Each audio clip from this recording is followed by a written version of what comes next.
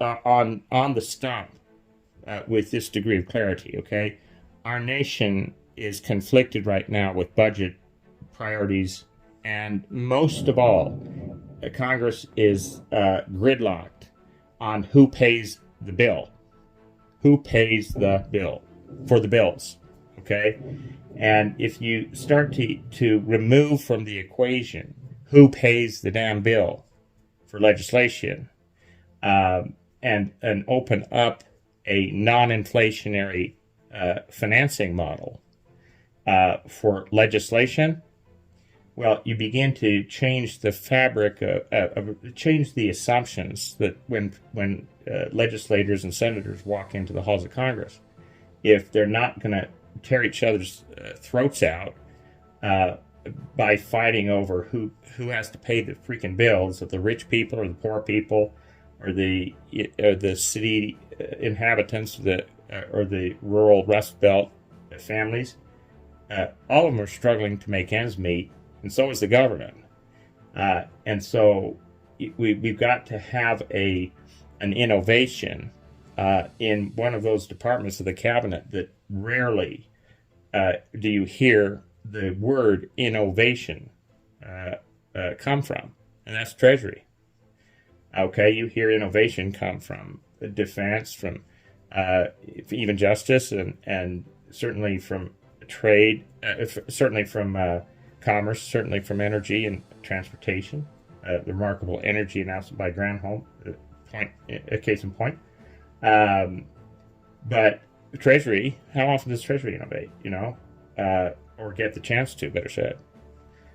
So what I'm suggesting is the introduction of a new class of legislation, a new type of bill that still goes through the same, House, Senate, President signature sequence, but in the case of what I refer to as a charter, a legislative charter, not a bill, but it's the same class of legislation in concept, is this. It is financed like an IPO of a company, or akin to, where, Wall Street every day takes a company public. And so, on the day after an IPO, and the stock price of that company that goes suddenly liquid, okay, from illiquid private holdings to suddenly liquid publicly tradable securities that are as good as money, and that stock price, rises by 50% or 10 or doesn't, but it tends to, priced in. Does anybody call that an increase that's usually built in by the underwriters inflation? Does anybody really call the sudden introduction of tradable securities for money exchangeable with a dollar? Does anybody seriously in economics call that inflation?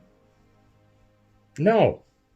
They'd be talked off of any podium, be talked off TV if they called rising stock prices, which we take for granted every freaking day, as inflation. So why is it that we don't have a Congress and a presidency equipped with the means to do what underwriters do on Wall Street every other day? Underwrite the future. Underwrite future values. So if the net present value of, say, a 30 or 10, even a 10-year horizon on a stock, on a dividend, if we can do it for a company like Google, whose variance in stock price does not, no one calls it inflation.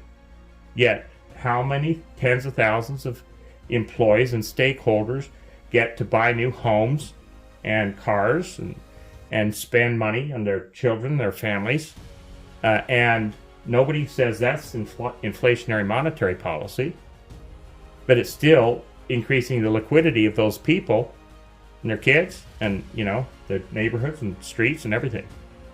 So what is it about the notion of legislation from our nation's capital capital, that it can't do a similar thing, and where Congress is the underwriter, okay, of that type of act. And that's what I call a charter, okay? And, every business has a charter, but think of it anew as a class of legislation being given the name charter. So a charter to terraform Mars. That's not dilutive capital. It's not dilutive to existing purchasing power. It's expansion. It's expansion economics. So the distinguishing characteristic is who decides what is expansion and what's not expansion. And I believe that is the Congress, the House of Representatives and the Senate are the underwriters of that that distinction. Is it about destruction and war? Well, that's the Department of Defense budget. Is it maintenance? Those two categories fall into the class of maintenance, or in necessary destruction in cases of war, and those I think should be taxed. But why do we tax the creation of a new high school that didn't exist before? Okay, why would we tax our way to create a city on the moon? That's value creation in its very nature.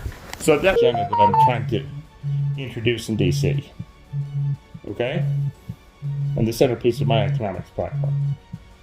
And I think it's something that crosses the aisle, that could bring new peace and frankly, end gridlock incrementally over time. None of this happens in a day or in a month, but you sure can make a strategic course correction of how democratic capitalism functions in the United States.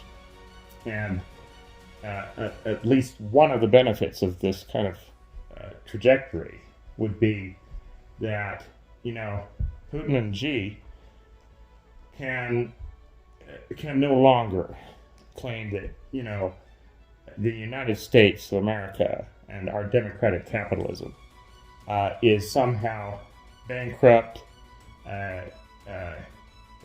too slow, too stupid, too whatever. Nonsense. It's too gridlocked because of who pays the freaking bill. And if we can say to future generations, we believe in you, and we're going to fund you in advance when you're born, or when we start something genuinely new, that does not need to be taxed into existence. That can be a progressive monetary policy. That's what I'm suggesting that the Treasury Department obtain in affirmative administration. So that's from the heart, friend. Okay, and that's my sense of urgency to get to DC. To first and foremost lay out a vision that can bring some general peace to the process of legislation and these kitchen food fights in the great halls of Congress, which seem to me almost bordering on hucking silverware, not food, in that great hall. And I think that the president has been unduly attacked by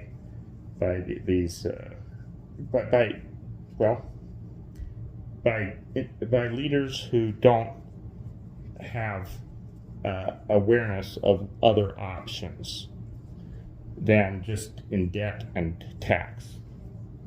And that if we can solve at least part of that problem, friend, I think we've broken real new ground across the aisle.